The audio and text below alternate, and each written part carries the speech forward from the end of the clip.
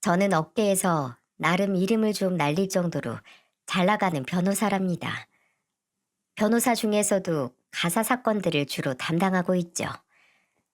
제가 오랜 시간 변호사로 일을 해오면서 정말 별의별 사람들을 많이 만나봤지만 그 중에서도 가장 악랄했던 사건이 있어 이야기를 해보려고 합니다. 이야기의 시작은 꽤 오래전 제가 결혼 생활을 했던 때로 거슬러 올라가는데요. 왜 열길 물속은 알아도 한길 사람 속은 모른다고 하잖아요. 변호사가 된 지 얼마 안 되었을 신입 시절, 저는 그 문장을 제대로 이해하지 못하고 마냥 순진했던 것 같아요. 당시 제 지인분의 소개로 만난 남자는 꽤나 있는 집안의 자제였고, 아무래도 구생이라는 걸 모르고 자라서 그랬는지 매사에 여유가 넘치는 모습이었어요. 당시 저에게는 그런 모습이 배포 있고 남자답다고 생각이 되었고, 실제로도 저에게는 쉽지 않은 일들을 척척 해나가는 모습이 듬직하다고도 생각이 되었죠. 그게 다 제 아빠 돈만 믿고 하는 행동들이라는 건 나중에 알게 되었고요. 아무래도 제가 그전에는 공부만 하느라 남자 볼 줄을 몰랐기에 그런 남자와 결혼까지 가버리고 말았던 것 같습니다. 하지만 결혼을 하자마자 저는 엄청난 폭언들로부터 시달려야 했습니다. 바로 시모 때문이었죠. 시모는 상견례 때부터 저를 그다지 반기지 않는 눈치였어요. 그걸 눈치 못 챈 건 아니었지만 그렇다고 이렇게까지 갑질과 폭언이 심할 줄은 결혼 전엔 상상도 하지 못했죠. 지금도 시모의 말들이 생각나면 아주 치가 떨릴 정도였답니다. 제가 딱히 뭘 잘못하지 않아도 시모는 이런 얘기를 입에 달고 살았거든요. 아유, 아유, 어쩌다 천한 집안 딸내미가 들어와 갖고는 얘 설거지도 좀 교양 있게 좀 해봐라. 여기저기 물이 다 튀잖니. 그리고 머리는 그게 뭐니? 아이고 이래가지고 우리 아들이 집에 들어오거나 싶겠냐? 타고나길 못생기게 태어났으면 꾸미려는 노력이라도 보여야지. 아유, 아유 정말. 뭐 하긴 사돈이 이런 거 가르칠 줄이나 알았겠어? 누가 천한 집안 아니랄까 봐. 이렇게 말끝마다 천한 집안 그러는 겁니다. 그러면서 아주 사람 인격을 깡그리 무시하는 발언을 서슴지 않았고요. 그러면 저 역시 지지 않고 한마디 대꾸했죠. 어머님, 저희 부모님한테 매번 그렇게 얘기하시는 건 좀 아니지 않아요? 제가 없는 자리에서 그러시는 것도 아니고 일부러 다 들으라는 듯이. 아니, 내가 내 집에서 네 눈치씩이나 보고 얘기해야 한다는 거니? 그리고 내가 뭐 없는 말 했어? 전부 다 사실이잖니. 그러면 제가 어머니는 성격이 더럽고 하는 말마다 묘하게 싼티 난다고 하면 기분 좋으세요? 전부 사실이니까? 뭐야? 이게 어디니 시어머니한테 말대꾸야? 어머님도 기분 나쁘시잖아요. 저희 부모님은 저한테 엄청 소중하신 분들이에요. 함부로 말씀하지 마세요. 이게 그래도 끝까지? 아주 변호사라고 콧대만 높아져가지고는 지 시애미한테 한마디를 안 지려고 해. 한마디를. 변호사라고 콧대가 높은 게 아니라 사실을 있는 그대로 말씀드리는 거예요. 설령 어머니가 변호사였다고 해도 전 똑같이 얘기했을 거거든요. 저는 다른 건 몰라도 저희 부모님 욕하는 건 참을 수가 없었어요. 사실 저희 집이 그렇게 형편이 넉넉하지 못했다는 건 사실이었는데요. 저희 부모님은 추어탕집을 운영하시는 평범한 자영업자세요. 그럼에도 예전에 제가 변호사 시험에 붙기 전까지는 들어가는 비용이 만만치 않았는데 부모님께서 그 비싼 학비를 전부 대주셨죠. 그 과정에서 생긴 대출금도 상당했기에 저는 정식 변호사로 일을 시작하면서부터 악착같이 일을 해서 부모님을 호강시켜드리기 위해 최선을 다했어요. 그런데도 저희 부모님은 항상 제 건강이 우선이라며 너무 무리해서 일하지 말라고 저희 집에 오실 때마다 몸에 좋다는 음식이란 음식은 전부 바리바리 싸우는 분들이셨습니다. 제 남편의 목까지 해서요. 반면 시모가 제 자식 위한다고 하는 행동은 눈을 씻고도 찾아볼 수 없었죠. 그러니 제가 눈에 불을 켜고 대들었던 겁니다. 뿐만 아니라 시모는 툭 하면 갑질을 일삼았어요. 아예 며느리라는 존재는 시댁 식구들의 그 중에서도 시모인 자신의 노예라고 생각하는 모양이었습니다. 시모가 시키는 일들은 대부분 시모 자신의 일과 관련된 일들이었어요. 시모는 굉장히 유명한 한복집을 운영하고 있었는데요. 드라마나 영화에 협찬도 해주고 시모가 직접 방송에 출연도 여러 번 할 만큼 유명한 곳이었어요. 그런데 자꾸 그에 관련된 일을 저한테 시키는 겁니다. 예, 너 오늘 여기 주소에 다녀와라. 오늘 받아오는 옷감이 엄청 고급지고 섬세한 거야. 조심해서 들고 와야 돼. 바로 가게로 와. 저 오늘 의뢰인 만나야 해서 시간이 없어요. 그리고 그걸 왜 저한테 시키세요? 밑에 직원분은 시키시면 되잖아요. 직원은 오늘 다른 일정이 있으니까 그렇지. 어떻게 너는 애가 한 번에 말을 하면 듣는 법이 없니? 그럼 미리 일정을 말씀하셔야죠. 저도 개인 사업자로 고객들 만나는 거나 똑같아요, 어머님. 이번 사건 빠른 시간 안에 해결해야 하는 중요한 건이고요. 죄송하지만 남편 시키세요, 남편. 네 남편은 중요한 회사 일을 하고 있잖니? 너 지금 네 남편 무시하는 거야? 남편 회사가 어머님 회사 근처니까요. 그리고 그 회사가 아버님 회사인데 저보다 시간 내기 쉬울 거 아니에요. 어쨌든 전 오늘 시간 안 돼요. 죄송합니다. 이제 의뢰인분 만나야 해서 끊을게요. 야! 그리고 아닌 게 아니라 정말로 당시 저는 일에 푹 빠져 사느라고 시모의 갑질 따위를 받아줄 시간도 없었어요. 이런 저와는 달리 남편은 일이 훨씬 수월했죠. 왜냐하면 시부가 오래된 출판사를 운영하고 있었는데 그 밑에서 같이 일을 하고 있었기 때문입니다. 그리고 시부의 출판사와 시모의 한복집은 걸어서 10분 거리로 아주 가까웠고요. 저희 변호사 사무실은 혼자 동떨어져 있어 어딜 가도 차로 3, 40분은 걸렸고요. 그럼 상식적으로 남편한테 시키는 게 맞지 않나요? 이런 일들이 반복되자 시모는 저를 볼 때마다 미워 죽겠는지 아주 절 못살게 굴지 못해 난리였답니다. 주말마다 시부모를 모시라는 명령 아닌 명령을 하더니 그마저도 제가 사건을 수임할 때마다 잘 못 지키자 약이 바짝 올랐는지 아예 저녁마다 와서 밥을 차리라는 등 비현실적인 요구들을 하기 시작했어요. 그래도 저는 그럴 때마다 제 시간이 된다면 다 들어드리려고 했어요. 하루는 시모가 시킨 대로 오랜만에 정시 퇴근을 해서 시부모님 저녁을 차려드렸는데 시모는 그날의 기회 삼아 어떻게든 절 괴롭히려고 벼르고 있었던 모양이었어요. 제가 내온 된장찌개와 고등어 조림, 다른 밑반찬들을 딱 한 입씩 먹더니 그 자리에서 수저를 탁 내려놓더군요. 멸치는 너무 달고 된장찌개는 너무 짜다. 고등어 조림에는 간이 제대로 배어있지도 않고 비린내도 너무 역해. 이걸 먹으라고 내온 상이냐? 어떻게 네 시부모 먹일 상인데 이렇게 개판으로 내올 수가 있어? 당장 싹 다 다시 해오너라. 시모의 말에 저는 별말 없이 네 하고 일어나 상을 다시 물렸죠. 뭐 본인 입에 안 맞는다니 어쩔 수 있나요? 시모의 말에 남편은 갸우뚱하고 시부는 언짢은 표정이었지만 별다른 말은 없었어요. 저는 시모가 말한 음식들만 다시 조리를 했고 약 20분쯤 있다가 다시 상을 차렸습니다. 그런데 이번에도 시모는 된장찌개 한 숟갈만 딱 뜨더니 똑같이 수저를 집어던지더군요. 지금 네 시부모 고지혈증 뭐 이런 걸로 죽일 셈이냐? 일부러 이러는 거지? 아직도 소금탕이잖아. 이런 기본도 안 된 요리로 여지껏 내 아들을 먹여왔던 거냐? 당장 다시 끓여오지 못해? 사실 저는 요리를 잘 하는 편이에요. 어딜 가서도 제가 만든 요리가 맛있다고 칭찬을 들었으면 들었지 이렇게 크게 화를 내는 사람은 없었죠.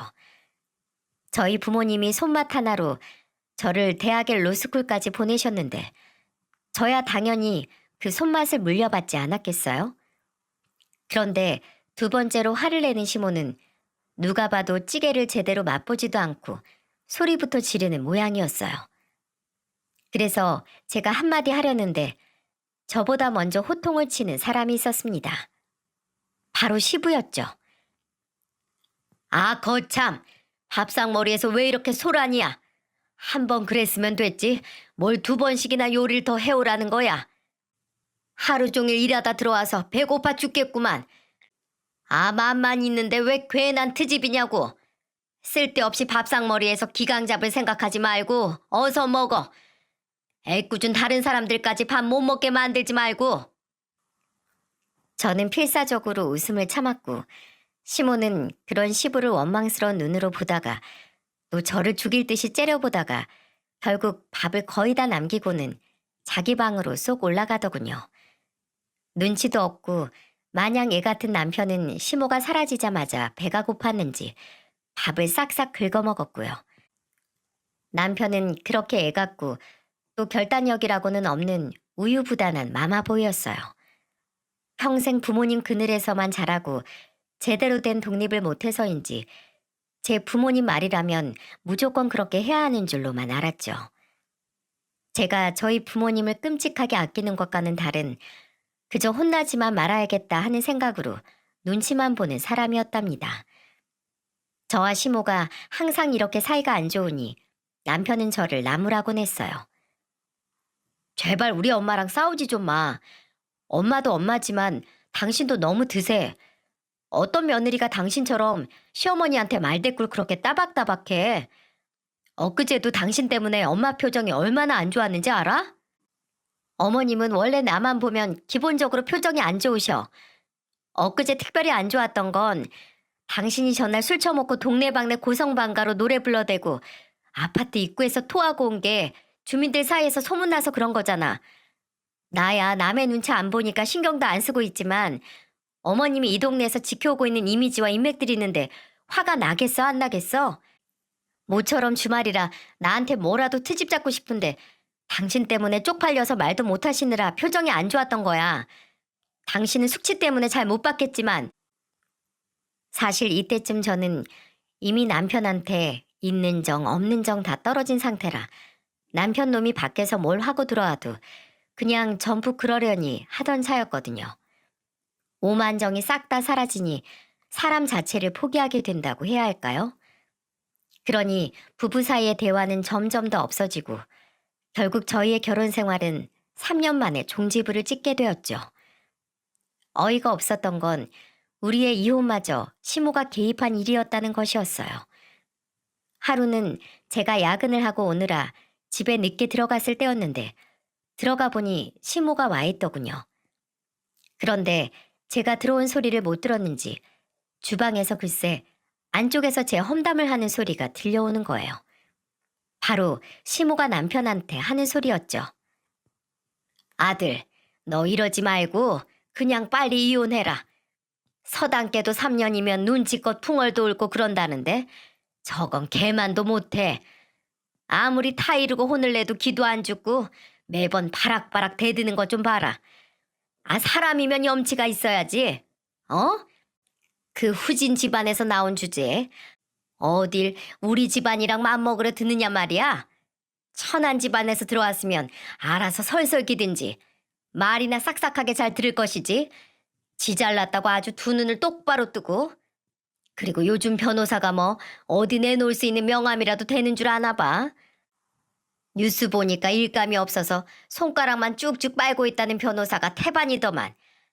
내가 내 마음에 들게 하면 변호사 사무실이라도 번듯하게 차려줄까 했더니만 저건 순 못 써먹을 애야. 아들, 이혼해라. 저거 더 데리고 있을 필요도 없어. 이혼해. 저는 그 소리들을 전부 듣고 있다가 더 들을 필요도 없을 것 같아서 오셨어요? 하고 대충 목례를 하고 씻으러 들어갔죠. 갑작스런 제 인기척에 남편과 시모 모두 화들짝 놀라더니 욕실에서 나오니 시모는 이미 가고 없더군요. 저를 보고 남편이 쭈뼛쭈뼛 오더니 잠깐 얘기 좀 하자며 이야기를 꺼냈어요. 여보, 아까 혹시 들었는지 모르겠지만 엄마가 우리 이혼하래. 당신 솔직히 우리 엄마랑 너무 안 맞잖아. 계속 같이 붙어 있어봤자 괜히 싸움만 더 커질 것 같으니까 우리 그냥 이혼하자. 엄마랑만 그런 거 아니라 당신 나랑도 사이 소원해진 지 오래됐잖아. 나도 더 이상 예전 같은 감정이 아니야. 위자료는 그냥 내가 마련할게. 그러니까 최대한 빨리 이혼하자. 남편의 말에 저는 빙그레 웃으면서 대답했죠. 야, 이 줏대라고는 없는 마마보이야. 네가 뭔데 위자료 주네 만에 거리는 거야? 돈도 없는 주제에. 넌 네 아버지 아니면 돈도 없잖아. 아니야? 그리고 착각하지 마.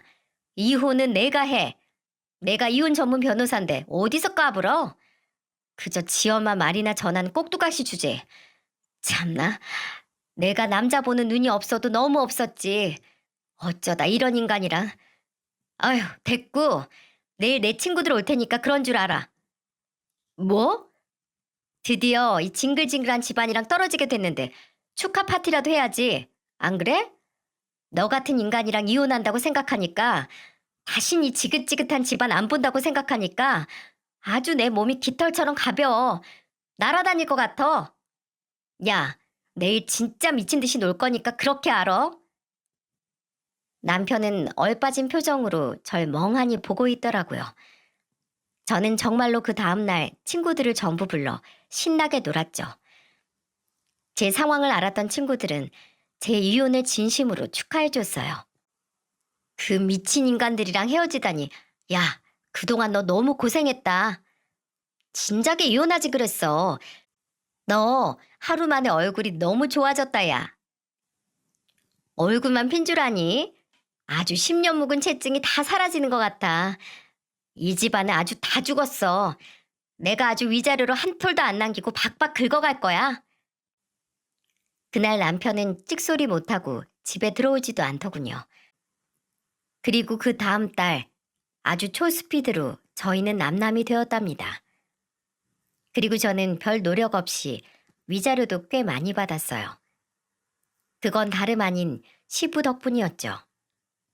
항상 시부는 시모 히스테리와 남편의 무능력함을 탐탁지 않게 여겼는데 결국 이혼에 이르기까지 두 사람 다 정신을 못 차렸기에 굉장히 크게 화를 내셨다고 합니다.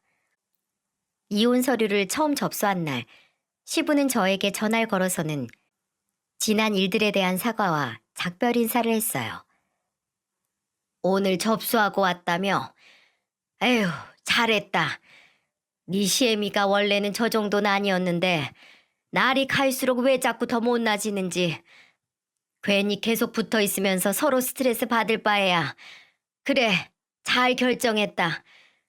나라고 뭐 그간 살갑게 대한 건 아니지만 그래도 마지막까지 서로 나쁠 건 없잖니. 위자료는 원하는 만큼 주마. 못난 남편, 못난 시모 만나서 그간 네가 고생했다. 그렇게 시부와 통화한 것을 마지막으로 저는 완전한 솔로가 되었죠. 그리고 그 이후로 5년이라는 시간이 흐를 때까지 단 한 번도 후회를 하거나 뒤돌아본 적이 없이 제 일에 집중하며 너무 잘 살고 있었어요. 자꾸 제 속을 긁어대는 사람들이 사라지니까 일의 능률도 오르고 제 삶을 온전히 누릴 수 있게 되었죠. 저는 5년 동안 승승장구해서 제 이름을 건 변호사 사무실을 차리게 되었습니다. 그러던 어느 날이었어요. 그날도 평소랑 다름없이 사무실에서 일을 하고 있는데 한 의뢰인이 찾아왔어요. 그런데 대표실에서 들어보니 의뢰인이 우는 것 같더라고요. 저는 무슨 일인가 싶어 나와봤는데 제 사무실 소속 변호사님이 당황한 기색이 역력하더군요. 그래서 제가 그 사건을 전달받아 처리하겠다고 하고 의뢰인을 제가 있는 대표실로 데리고 왔죠. 조용한 곳에서 조금 진정이 됐는지 천천히 울음이 잦아들었고 저는 의뢰인에게 차근히 물어보았어요. 이제 진정이 좀 되셨을까요? 도대체 무슨 일이 있으셨길래 이렇게 우세요? 저희 시댁 식구들 때문에 너무 힘들어서요. 정말 미칠 것 같아서 이렇게 무작정 찾아오게 되었어요. 저 좀 제발 도와주세요. 시댁 식구들이 어떻게 했는데요? 조금 더 구체적으로 말씀해 주시겠어요? 그러자 그 의뢰인은 또다시 눈물이 그렁그렁해져서 충격적인 말을 꺼내놓았죠. 맞았어요. 시모한테요.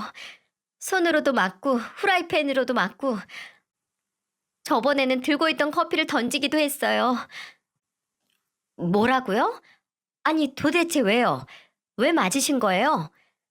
그냥 저만 보면 재수가 없대요. 집안일도 못하고 말도 똑바로 못한다고. 제가 얼마 전에 딸을 출산했는데요. 제가 딸을 낳았다고 또 재수 없다고 때렸어요. 출산한 지는 얼마나 되셨는데요? 한 일주일 됐어요. 네? 뭐라고요? 그럼 산후조리를 해줘도 모자란데 때렸다고요? 그럼 애는요? 애는 어딨어요? 애는 일단 친정 엄마한테 맡기고 왔어요. 애 젖 물리는데도 머리채를 잡길래 애가 다칠 뻔했거든요. 그래서 일단은 무서워서 엄마한테 맡겼는데 저희 엄마가 진짜 저 키우느라 고생하셨거든요. 저희 아빠랑 저희 엄마 두 분 다 엄청 고생하셨어요. 그런데 제가 특출난 재능은 또 없고 아빠는 저 결혼하기 직전에 돌아가셔서 그래서 돈 많은 집에 시집 가면 좀 살만해질 줄 알고 간 건데 남편은 재혼이었거든요. 저랑 나이 차이도 많이 나는데 제가 시모한테 구박받고 맞는 동안 그냥 방치하고 오히려 저한테 잘 좀 하라고 이런 집안인 줄 알았으면 아무리 돈이 많았어도 시집 안 갔을 텐데. 의뢰인은 저에게 이야기를 털어놓으며 감정이 북받치는지 서럽게 울더라고요. 저는 그런 의뢰인의 모습을 보면서 사태가 심각하다는 걸 깨닫고 의뢰인의 손을 잡고 말했습니다. 제가 해결해 드릴게요. 원하시는 게 뭐예요? 이혼하길 원하시는 건가요? 네, 맞아요. 이혼하고 싶은데 그 집안에서는 또 곧 죽어도 이혼 안 해준다고 해서 이렇게 찾아왔어요. 일단 알겠습니다. 저한테 필요한 서류 인적사항 전부 넘겨주세요. 저는 마침 그 전 사건이 빨리 처리가 되었기 때문에 이 사건을 제가 직접 처리하기로 마음을 먹었죠. 그렇게 의뢰인의 인적사항과 모든 필요한 서류를 전달받았어요. 의뢰인의 이름은 한민정, 아직 30대 초반밖에 되지 않은 젊은 처녀였죠. 그런데 가해자인 시모의 이름이 굉장히 낯익은 이름이었어요. 저는 깜짝 놀라 민정 씨에게 물어봤어요. 시모 이름이 김선지예요? 네. 제 기억 속 깊숙이 묻혀있던 이름 김선지. 그건 바로 저의 전 시모 이름이었습니다. 입만 열면 저희 집을 천한 집안이라고 얕보며 저를 못 잡아 먹어서 안달이었던 바로 그 시모 말입니다. 저는 그때의 분노가 떠올라 손이 부들부들 떨리더군요. 혹시 몰라 주소도 확인해 봤는데 바로 제가 알던 그 집이었어요. 김선지라는 이 악덕한 여자는 저를 어떻게든 제 입맛에 맞게 길들이려다가 실패하니까 훨씬 어린 며느리를 들이고서는 아주 들들 볶으면서 시도 때도 없이 언어적 신체적 폭력을 휘둘렀더군요. 어찌나 사람이 이렇게 악랄하고 못됐을 수 있는지 자신보다 약한 위치에 있다고 생각되면 온갖 히스테리를 부리고 막대해도 된다고 생각했나 봅니다. 민정 씨가 견디다 못해 이혼을 하고 싶다고 했더니 그 와중에 위자료를 물어주긴 싫었는지 글쎄 손에 들고 있던 뜨거운 커피를 던져버렸다고 했어요. 그 얘기를 듣고 민정 씨의 팔을 걷어보니 화상 자국이 선명하게 나 있었죠. 그뿐만이 아니라 민정 씨가 그동안 차곡차곡 모아놓은 폭행의 증거들을 보니 기가 차서 말도 안 나오더군요. 여기저기 멍이 들거나 긁혀서 피가 나기도 하고 화상 자국 등 온몸이 상처투성이었죠. 그리고 문자나 통화 내역을 보니 이 버러지만도 못한 거사 천한 집안 출신 주제에 같은 인신공격성 말을 거의 매일같이 퍼붓는 모양이었어요. 저는 그 내용들을 전부 훑어보고 민정 씨에게 말했어요. 민정 씨, 제 얘기 잘 들어요. 저도 예전에 민정 씨처럼 아주 악마 같은 시모를 만나 고생했던 적이 있었어요. 그런데 민정 씨가 가져온 자료들을 보니까 제 경우는 아주 양반이었네요. 와주셔서 감사해요. 이 사건은 제가 책임지고 승소해 드릴게요. 선임비는 필요 없어요. 전부 무료로 변호해 드릴 거니까요. 제가 요청드리는 부분만 잘 협조해 주세요. 이 인간들 전부 제가 제대로 탈탈 털어드릴 테니까 걱정하지 마시고요. 무료로요? 왜요? 변호사님이 왜요? 그건 나중에 말씀드리겠습니다. 소송 다 끝나고 승소하고 나서 말씀드릴게요. 민정 씨는 놀라서 동그래진 눈으로 저를 멍하니 보더니 이내 또다시 울음을 터뜨리면서 연신 감사하다는 인사를 하고 갔어요. 그날은 일단 몰래 저희 사무실을 온 민정 씨를 빨리 보내야 할 것 같아 서둘러 보냈지만 사실 감사는 제가 민정 씨한테 하고 싶었죠. 저는 두 팔을 걷어붙이고 이 사건에만 매달리기 시작했습니다. 가장 먼저는 민정 씨에게 경찰에 신고하라고 했어요. 경찰서요? 그런데 시부모는 돈이 많은 사람들인데 상관없어요. 증거가 너무 명확하잖아요. 저 믿고 일단 신고부터 하세요. 이 증거들 제 컴퓨터에 전부 복사해뒀으니까 얼른 경찰서로 가져가서 신고해요. 민정 씨가 용기 내서 모아둔 이 증거들이 큰 역할을 할 겁니다. 아주 잘하셨어요. 그런데 이 사실을 그 사람들이 알게 되면 저만 믿고 하세요, 신고. 제가 변호사 사무실에 거의 항상 있으니까 무슨 일 있으면 바로 달려오시고요. 그 인간들 이혼 갖고 되겠어요? 민정 씨, 그 시무란 인간이 민정 씨한테 이런 짓들을 했는데 그냥 벗어나는 거에 만족하실 수 있어요? 이 인간들 자신들이 저지른 죄에 걸맞는 벌을 받아야죠. 네? 콩밥 제대로 먹여줘야 하지 않겠어요? 민정 씨, 이 증거들 모아온 용기라면 할 수 있어요. 제가 이혼은 눈 감고도 성공할 수 있으니 걱정 마세요. 민정 씨는 한동안 불안한 표정을 짓다가 제 확신에 찬 말을 듣고 용기를 내서 경찰서를 찾아갔어요. 그리고 그 자리에서 모든 증거를 제출하고 형사 고소를 했죠. 그리고 민정 씨의 시대, 저의 전 시댁은 그야말로 난리가 났습니다. 이 버러지 같은 게 감히 날 고소해? 당장 여기로 튀어와. 네가 미쳐도 단단히 미쳤구나. 우리 집에서 먹고 자고 사니까 단 이것 같아? 눈에 뵈는 게 없어? 당장 제대로 교육시켜 줄 테니까 당장 튀어와. 예상대로 민정 씨에게 바로 연락이 왔고 저는 미리 준비해 두었던 숙소를 알려주었어요. 더 큰 피해를 입지 않게 하기 위함이었죠. 제가 보내준 주소로 민정 씨와 민정 씨 어머니 그리고 갓 태어난 딸이 전부 들어가 몸을 피했고 저는 이혼 소송 준비에 박차를 가했죠. 그뿐만 아니라 형사 고소건으로 인해 민정 씨가 진술을 해야 할 때는 늘 동행해서 더 정확하게 피해 사실을 알릴 수 있도록 도와줬어요. 그런데 시모는 그런 민정 씨의 뒤를 캐고 있었나 봅니다. 다행히 그 옆에 있던 저는 못 알아본 것 같았지만 민정 씨가 지내고 있는 곳을 알아내어 찾아왔더군요. 민정 씨는 일부러 낮에 사람이 많은 카페에서 보자고 이야기했고 저의 조언대로 시모와 만나서 한 모든 대화를 녹음했어요. 너 간땡이가 부었구나. 감히 날 신고해? 그래놓고 그렇게 잠수 타면 다야? 그래, 네가 원하는 게 돈이지?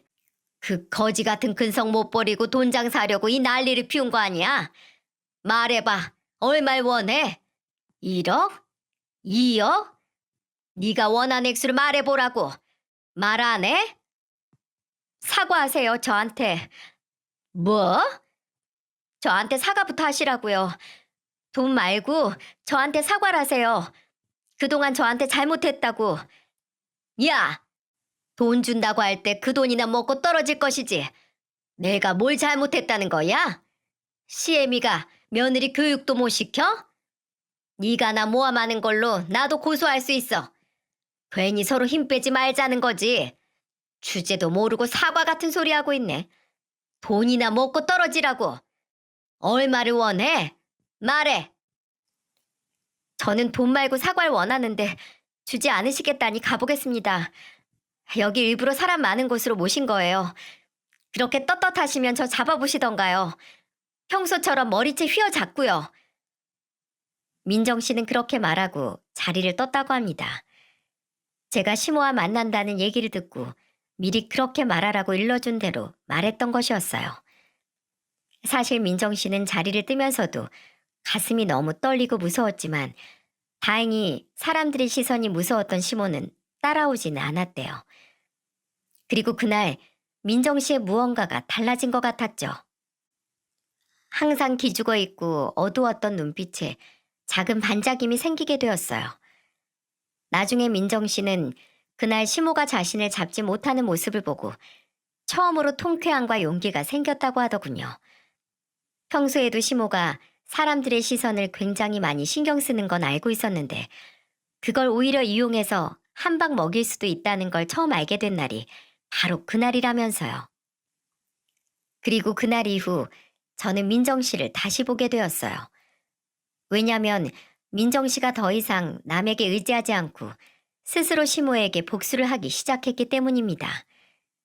민정 씨는 시모가 자주 출연하는 방송, 협찬했던 방송에 사진을 올리며 저는 악마 같은 시모의 가정폭력에 시달렸던 피해자입니다.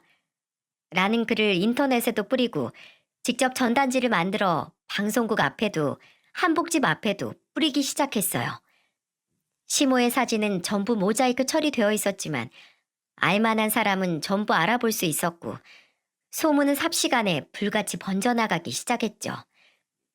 그 전단지 안에는 시모가 평소에 보냈던 문자와 민정 씨의 멍들고 화상 입은 상처 사진들, 진단서 내용들이 고스란히 찍혀 있어 더욱 많은 사람들의 관심을 모을 수 있었어요.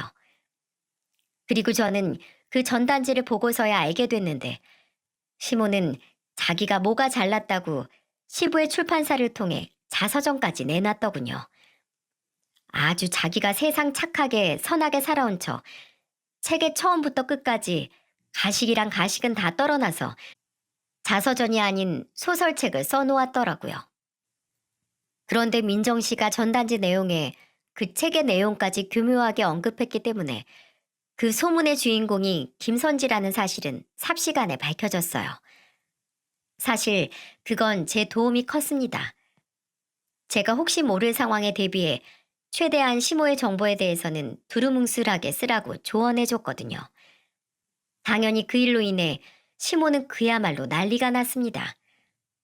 하루에도 몇십 통씩 민정 씨에게 전화를 걸었고 음성 메시지 문자를 남겼는데 전부 다 귀담아 듣기도 어려운 심한 욕설들이었어요. 시모는 거의 뒤로 넘어갈 만큼 화를 내며 쉬지 않고 쇳소리를 내며 화를 냈는데 나중에 제가 들어보니 대충 이런 내용이었어요.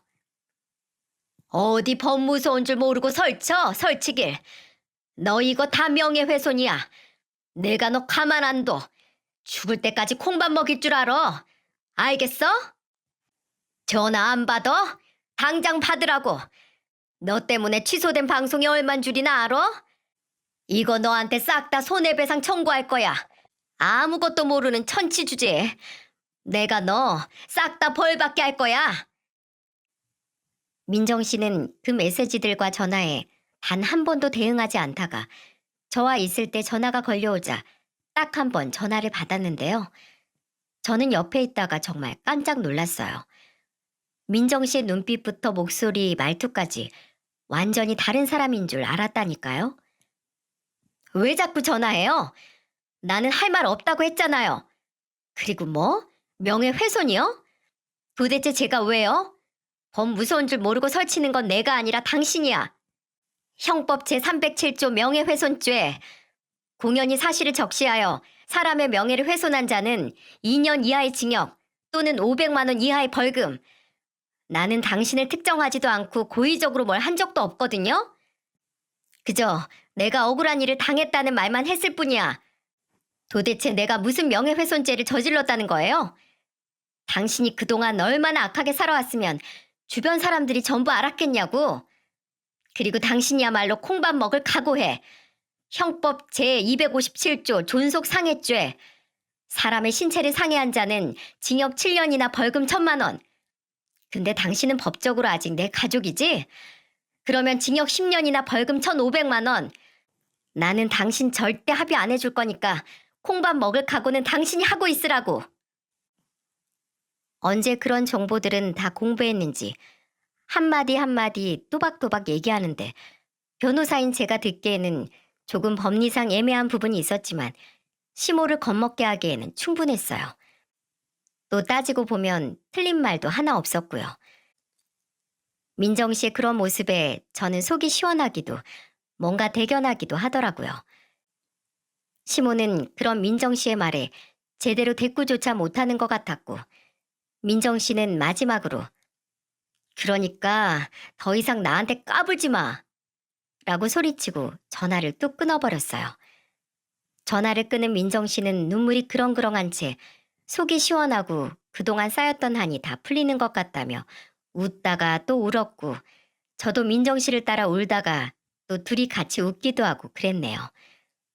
그날로부터 일주일쯤 뒤에 시모는 민정 씨가 지내는 집 앞으로 찾아왔어요. 그런데 이번에는 180도 다른 태도로 찾아왔더군요. 집 안에 있는 민정 씨에게 제발 자기가 잘못했으니 한 번만 만나서 얘기하자고 사정사정을 했어요. 민정 씨가 끝까지 문을 안 열고 버티자 문 앞에 무릎까지 꿇으며 제발 고소 좀 취하해달라고 전단지 뿌리는 것도 그만해달라고 빌었죠. 제발 아가, 문 좀 열어다오. 아니다, 문은 안 열어도 되니 고소만 좀 취하해다오. 내가 다 잘못했다. 내가 잘못했어. 내가 이렇게 빌 테니 제발 나 좀 살려다오. 지금 내 사업이 전부 무너지게 생겼다. 너 치료비도 주고 다 해결해 줄 테니 고소 취하도 좀 해주고 제발 그 전단지인지 뭔지 그것도 그만 붙여. 진짜 내가 죽어야만 성이 풀리겠니? 시모가 아무리 울고 빌어도 끝끝내 민정 씨는 문을 열지 않았다고 해요.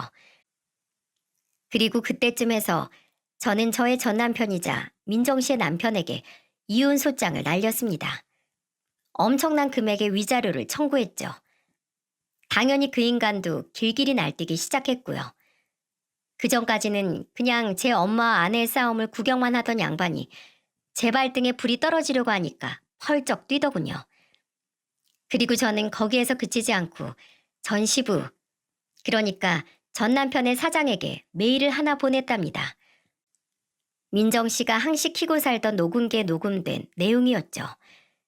전 남편은 저랑 살 때도 시부를 굉장히 불편해했는데 저와 이혼 후 세월이 흐르며 불편한 감정이 싫어하는, 증오하는 마음으로 변질되어 있더군요. 저도 녹음을 들으며 깜짝 놀랐다니까요. 민정 씨가 들고 온 녹음기에는 전 남편의 이런 말들이 담겨 있었습니다. 어휴, 놓친네. 아직도 그 나이 먹도록 왜 이렇게 정정하신 거야? 아니, 그거 좀 영업 실적 안 나왔다고 전전긍긍하시기는 화낼 때만 아주 팔팔하다니까. 디지털이니 뭐니 자꾸 왜 안 하던 짓을 한다고 사람을 귀찮게 하는 거야? 아우, 짜증나. 머리 아파 죽겠네 진짜. 노망이라도 든 건가? 아, 대체 왜 저래? 지겹다, 지겨워. 언제까지 아버지 비위 맞추고 살아야 해? 나이도 먹을 만큼 먹었는데 도대체 언제 가시는 거야? 가히 충격적인 내용들이었죠. 저랑 살던 때에도 인성이 영 좋지 않았던 남편이었지만 그렇다고 이렇게까지 자기 친부모를 저주하는 괴물이 되어 있을 줄은 몰랐습니다. 저는 이 내용을 기다리고 기다렸다가 이혼 소장을 날리기 가장 좋은 타이밍에 동시에 시부에게 날린 것이었어요. 그리고 그 효과는 기대했던 대로 엄청났습니다. 시부는 온 집안을 뒤집어 엎을 정도로 크게 화를 냈다고 했어요. 이걸 어떻게 알았냐고요? 그야 시부한테 흠씬 두드려 맞고 회사에서도 쫓겨난 전 남편이 술을 진탕 마시고 와 제 어미와 똑같은 우는 소리를 내며 민정 씨에게 찾아와 하소연을 하기 시작했거든요. 그때도 저도 집안에 같이 있었을 텐데 전 남편의 모습은 정말 비굴하고 초라하기 짝이 없더군요. 여보, 미안해. 내가 다 미안해. 무조건 내가 다 잘못했어. 그러니까 아버지한테 그거 다 가짜라고 말씀 좀 드려. 그거 사실 아니잖아. 네가 다 조작한 거잖아. 이혼 소장도 얼른 취소해. 내가 앞으로 더 잘해줄 테니까 결혼도 아버지도 내 직장도 다 원래대로 되돌려 놓으라고. 야, 너 듣고 있지? 안에서 다 듣고 있잖아. 대답 좀 해. 나 좀 살려달라고 당장. 민정 씨와 저는 경찰을 불러 문 앞에 있는 취객을 치워달라고 부탁했어요. 그리고 민정 씨는 그 개만도 못한 인간한테 음성 메시지를 남겨놓았답니다. 여기가 어디라고 찾아와? 뭐? 조작? 그럼 네가 아버님한테 그렇게 직접 말하던지 해. 다시 한 번만 술 처먹고 나한테 찾아와서 행패 부리면 그때는 이걸로 안 끝나. 네가 한 폭력적인 언행들 전부 문제 삼아서 법적 조치할 거야. 나한테 여기서 더 털리고 싶으면 와서 한 번 더 그래 보던가. 그 메시지를 들었는지 전 남편은 그날 이후로 다시는 민정 씨 집 근처에 얼씬도 하지 않더군요. 민정 씨는 정말 대단했어요. 저는 저에게 울면서 찾아왔던 민정 씨와 지금의 민정 씨가 너무 달라져서 물어봤습니다. 아니, 나 너무 궁금해서 그래요. 도대체 그동안 무슨 일이 있었길래 민정 씨가 갑자기 이렇게 용감해진 거예요? 사실 제가 변호사님이 마련해 주신 이 집에서만 지내다가 너무 답답해서 인터넷으로 이것저것 알아보려고 이혼이니 가정폭력이니 이런 글들을 봤는데 어떤 카페에 저와 같은 사람들이 모여 있는 걸 봤어요. 거기엔 참 많은 분들이 아픈 사연을 가지고 계시더라고요. 그래서 저도 용기를 내서 제 이야기를 올렸더니 엄청 많은 분들의 댓글을 받게 되었어요. 다들 힘내라고, 그리고 그 못돼 먹은 인간들 당장 고소하라고, 아예 온 동네방네 소문내서 얼굴도 못 들게 다니게 하라고 조언해 주시더라고요. 몇몇 분들은 저에게 따로 연락해서 자세하게 방법도 알려주시고 너무 큰 응원과 힘을 받았어요. 그리고 변호사님이 그 중에서도 가장 큰 응원과 힘이었고요. 저한테 무료로 변호도 해주시면서 이렇게 집까지 구해주시고 너무 감사해요. 제가 이 일만 끝나면 열심히 일해서 더 크게 갚을게요. 너무 감사해요, 변호사님. 저는 그런 민정 씨의 감동적인 이야기에 오랫동안 숨겨왔던 제 이야기를 꺼낼 수밖에 없었어요. 아니에요, 민정 씨. 사실은 제가 승소하고 나서 말씀드린다고 했던 거 지금 말씀드릴게요. 어차피 승소가 이미 거의 확정이니까. 사실 저도 그 집 며느리였어요. 왜 민정 씨 남편이 돌싱이라고 했죠? 그 전 와이프가 바로 저였어요. 제가 그 집에서 살면서 저 역시도 많은 천대와 무식, 갑질을 당했죠. 그런데 저는 그나마 법조계에 일하고 있는 사람이라 손을 대는 것까진 하지 않더라고요. 그래서 민정 씨 사건을 보고 정말 깜짝 놀랐어요. 어쩌면 내가 민정 씨처럼 당했을 수도 있겠다는 생각도 들었고, 그래서 남일 같지가 않더라고요. 제가 원해서 한 일이에요. 민정 씨 도우려는 마음도 있었지만 저도 그 인간들한테 복수하고 싶어서 그랬어요. 제가 오히려 너무 고마워요, 민정 씨. 그런 저의 고백을 듣고 민정 씨 역시 깜짝 놀라며 저를 위로해주고 그렇게 그날 또 서로 울고 또 웃는 시간을 보내게 되었죠. 그리고 얼마 뒤 저의 생각대로 이혼 소송은 손쉽게 승소를 거머쥐었고 민정 씨가 진행했던 형사사건 역시 심호의 벌금형으로 모든 일이 끝나게 되었어요. 징역까지는 살게 하지 못했다는 아쉬움이 있었지만 변호사인 제가 냉정하게 봤을 때 심호의 벌금형이 꽤 세게 나왔기 때문에 이 정도면 받을 벌은 충분히 받았다고 생각이 되었죠. 전 남편과 심호는 둘 다 법정에서 저를 발견했어요. 두 사람 다 놀라서 뒤로 자빠지려고 하더군요. 심호는 네가 우리 집안을 이라며 뭔가 화를 내려는 듯 보였지만 기력이 많이 쇠했는지 그대로 주저앉았고 남편은 여보? 너 뭐야? 라며 귀신을 본 듯이 놀라며 뒷걸음질을 쳤죠. 그런 둘의 꼬라지를 보니까 너무나 고소하더라고요. 그리고 민정 씨는 저와 마찬가지로 시부의 연락을 받게 되었어요. 시부는 그 옛날 저에게 연락했을 때보다 목소리가 훨씬 거칠어지셨더군요. 그리고 훨씬 민정 씨에게 미안해했어요. 미안하다. 내가 무슨 할 말이 있겠니? 네가 보내준 파일은 잘 들었다. 고맙구나. 내 그런 놈인 줄 진즉에 알았으면 진작에 그 녀석을 내쳤을 텐데. 그래도 내 자식이라고 자꾸 팔이 안으로 굽다 보니 나 역시도 사리 분별을 똑바로 못했더구나. 정말 고맙고 또 정말 미안하다. 내 아내가 널 구박하고 못살게 구는 것은 알았지만 그렇게 험한 짓거리까지 한 줄은 정말 몰랐다.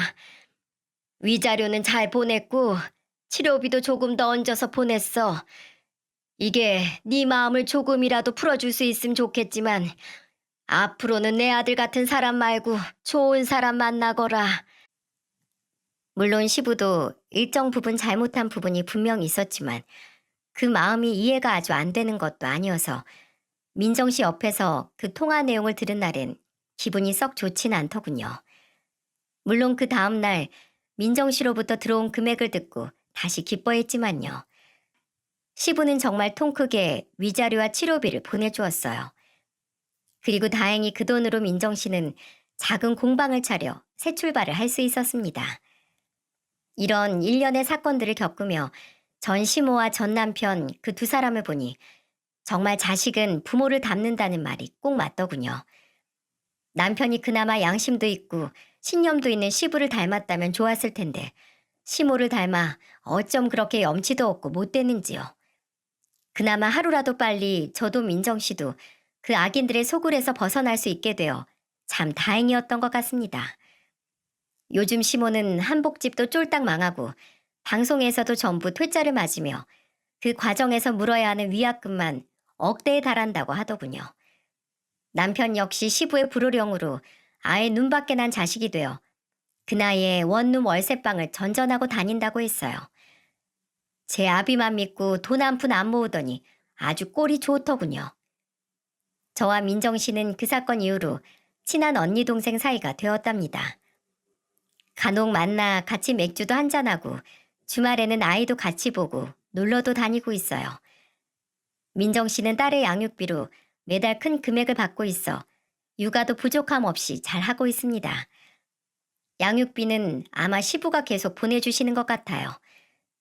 이번 주말에는 민정 씨 가족들과 함께 저희 부모님네 추어탕 집에 놀러 오기로 했답니다. 아마 저희 부모님과 민정 씨 어머님도 친하게 잘 지내게 되실 것 같아요. 제 긴 이야기 들어주신 모든 분들께 감사드리며 글을 마치겠습니다.